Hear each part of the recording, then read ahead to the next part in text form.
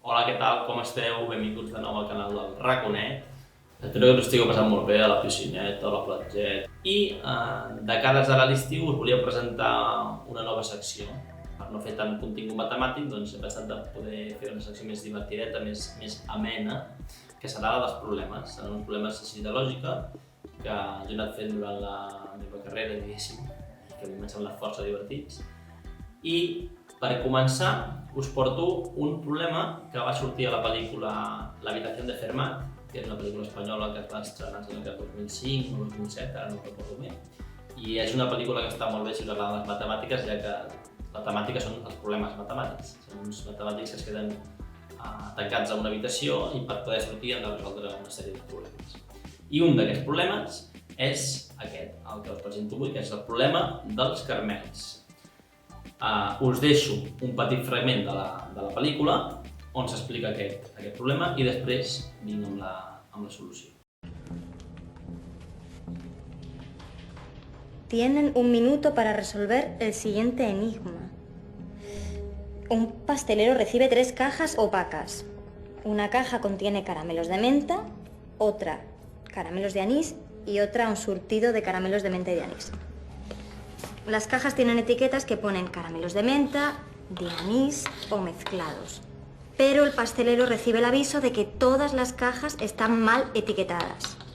¿Cuántos caramelos tendrá que sacar el pastelero como mínimo para verificar el contenido de las cajas?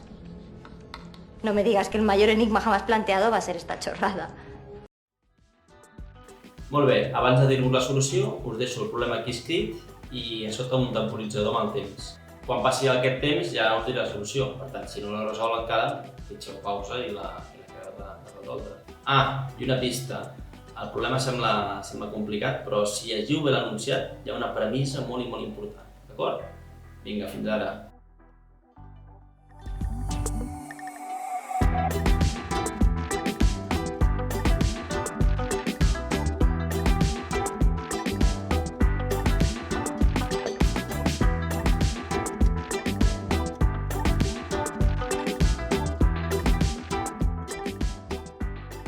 Molt bé, doncs ja estic aquí amb la solució. Abans us he comentat que a l'enunciat hi havia una premissa molt important. Aquesta premissa tan important era la que deia que totes les etiquetes estan mal posades. Això ens està donant una informació. Ens està dient el que no hi ha a cada capsa. Per exemple, a la capsa de menta no hi ha caramels de menta. A la capsa d'anís no hi ha caramels d'anís. I a la capsa de mescla no hi ha caramels de mescla. Per tant, a la capsa de menta només poden haver-hi caramels o bé d'anís o de mescla. A la capsa d'anís poden haver-hi caramels de menta o de mescla. I a la capsa de mescla poden haver-hi caramels d'anís o de menta. El secret, llavors, està a la capsa de mescla, ja que traient un sol caramel d'aquesta capsa sabré si la capsa és d'anís o de menta, ja que no pot ser de mescla. Per tant, el caramel que surti serà el d'aquesta capsa. Posem pel cas que traiem un caramel d'anís. Llavors, canviem l'etiqueta i aquesta serà la capsa d'anís.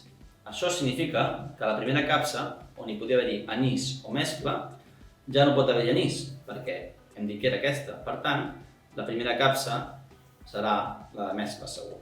I la següent, la que ens queda, que posava anís abans, ja no pot ser mescla, perquè hem dit que era la primera, i per tant serà la de menta. Així doncs, la solució d'aquest problema és simplement treure un caramel, sempre quan el treguis de la capsa de mescla. Bueno, espero que us hagi agradat aquest problema, que us ho heu passat bé, i si no l'heu resolt, tranquils que ja en portaré més. Una abraçada i que vagi bé. Adeu!